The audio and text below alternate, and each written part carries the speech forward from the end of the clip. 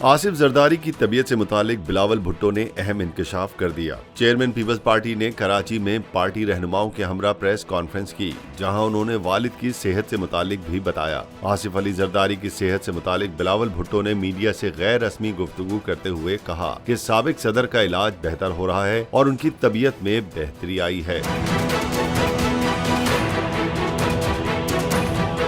बिलावल भुट्टो जरदारी का कहना था कि फिलहाल आसिफ जरदारी के ऑपरेशन की जरूरत नहीं है। याद रहे कि चंद रोज कबल साबिक सदर आसिफ अली जरदारी को तबीयत खराब होने पर कराची के निजी अस्पताल में मुंतकिल किया गया था और दुबई से डॉक्टर्स की टीम ने भी उनका तिब्बी मुआयना किया था। जराये ने बताया कि गैर मुल्की डॉक्टरों ने इलाज और तशखीस पर इत्मीनान का इजहार किया और राय दी कि आसिफ जरदारी की तशखीस और इलाज दुरुस्त सिमत में किया जा रहा है। गैर मुल्की डॉक्टरों का कहना था कि फिलहाल उन्हें बैरून मुल्क इलाज की जरूरत नहीं।